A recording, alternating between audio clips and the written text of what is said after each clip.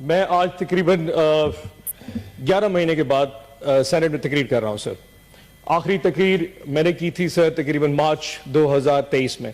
مشاہد صاحب میں آپ کی بات اور سارے سینئر جتنے بیٹھے ہیں, تاجدر صاحب آپ کی بھی طرح تھوڑی سی اٹینشن, بزنجو صاحب, 11 مہینے بعد سر میں یہاں پہ تقریر کر رہا ہوں. اس 11 مہینے میں میرے ساتھ کیا کیا نہیں ہوا سر, اس کی تھوڑی سی بازگشت ہونی چاہیے. And this is very emotional sir. 9 مئی کا واقعہ ہو گیا سر. 9 مئی کے بعد روپوش ہو گئے. 4.5 مہینے سر مختلف گھروں میں چھپے رہے سر. کبھی کسی کے گھر, کبھی کسی کے گھر, بچے لے کے در بدر گھرتے رہے سر. جگہ ختم ہو گئی, گاڑیاں نمبر پلیٹیں تبدیل کرنی پڑی. میرے بیٹے نے ملک سے باہر جانا تھا, چھپا کے اس کو ایئرپورٹ سے واپس بھیجا, اور پتہ نہیں کیا کیا نہیں ہوا سر. 4.5 مہینے بعد among all my colleagues مجھے اٹھا لیا گیا جی لاہور ڈیفنس سے. 14 دن سر میں کہیں رہا. 14 دن میں جو بھی چلا کاٹا سر, واپسی پہ ایک سٹیٹمنٹ دے دی تھی جس میں 20 سیکنڈ کی ایک ویڈیو سٹیٹمنٹ دی کہ میں تحریک انصاف جنوبی پنجاب کی صدارت سے استعفیٰ دیتا ہوں اور 9 مئی کی مذمت کرتا ہوں, اور مجھے آزاد کر دیا گیا.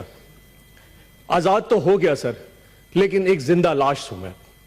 ایک ایسی زندہ لاش جو نہ سوچ سکتا ہے, نہ سمجھ سکتا ہے, نہ بول سکتا ہے.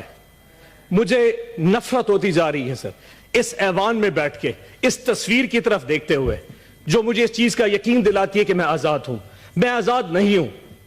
اگر مجھ میں سوچنے سمجھے کی صلاحیت یہ ریاست نہیں دے سکتی تو میرا یہاں جینے کا حق بھی نہیں بنتا.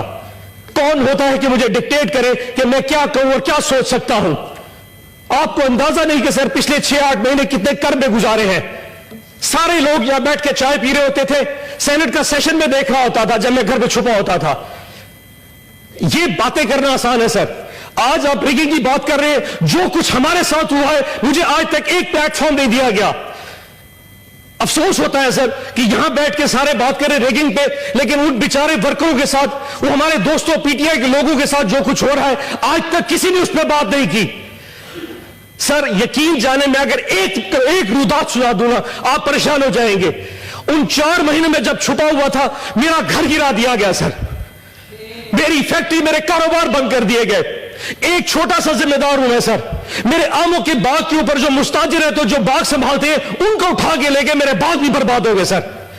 اور اگر باز دیا ہے, جب میں 14 دن کے بعد واپس آیا میری ماں کو فالج ہو چکا تھا کہ میرا بیٹا شاید مر چکا ہوگا, لیکن آج تک کسی نے اس ایوان میں آواز نہیں اٹھائی سر. میں اعجاز چودھری کے لیے اس لیے نہیں بولتا کہ مجھے اس کی تکلیف ہے, مجھے اس لیے تکلیف ہے کہ میں اس کی تکلیف اب جانتا ہوں. اینڈ آئی ایم شیور ایک وقت آپ پہ بھی آئے گا. آج ہم پہ وقت ہے, ایک دن آپ لوگوں پہ وقت آئے گا. یہ وقت دور نہیں ہے. ڈر تو بڑا لگتا ہے جی سر کہ واپسی پہ جائیں گے پھر اٹھا لیے جائیں گے سر, لیکن سر اب بچے کیا ہے سر. وہ کہتے رہے سر کہ ہم نہ باز آئیں گے محبت سے, جان جائے گی اور کیا ہوگا سر. ایک قیدی جو ہے وہ مجھے دیتا ہے سر, میرے اللہ کے بعد ایک قیدی مجھے میری طاقت دیتا ہے سر. وہ جیل میں بیٹھا ضرور ہے سر, لیکن مسکرا رہا ہے, اس پورے نظام پہ مسکرا رہا ہے. اس ایک قیدی نے اس پورے ملک کو میں اصل حقیقی آزادی دی ہے سر. ایک قیدی نے. 70 سال پہلے کوئی آزادی نہیں تھی. اس ایک قیدی نے 8 فروری کو جو میں آزادی دی ہے وہ اس قوم یاد رکھے گی اس قیدی کو سر. اس ایک قیدی نے سارے نظام کو ننگا کر کے رکھ دیا ہے سر. 8 فروری کو, جب اس سے پہلے 6 مہینے میں نے ڈپریشن میں گزارے سر. جب 8 فروری کو میں نے لوگوں کو نکلتے دیکھا, جتنی کچھ پری پول ریگنگ کی گئی, ہمارے کینڈیڈیٹس اٹھا لیے گئے, جلسے جلوس نہیں کرنے دیے گئے, کسی کچھ بھی نہیں کرنے دیا. لیکن 8 فروری کو جب عوام نکلی, وہ نون لیگ اور پیپلز پارٹی کے جب ان کے کیمپس میں جا کے سر وہاں سے پرچی بنوا رہی تھی, اینڈ پہ جا کے خوف میں جا کے ووٹ عمران خان کے کینڈیڈیٹ کو دے رہی تھی, کسی بینگن کو, کسی جوتے کو, کسی سبز مرچوں کو, جو بھی نشان تھے. 5 بجے رات کو قوم نے سوچا کہ ہم نے اپنا فرض ادا کر دیا.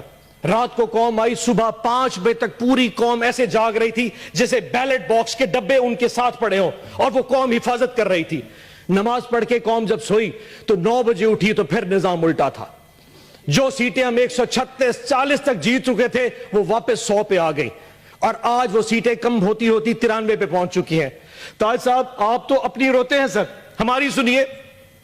کہ جن لوگوں کے پاس فارم 47 ایشو ہو گیا, فارم 45 تو پریزائڈنگ آفیسر سے لیا ہی نہیں گیا.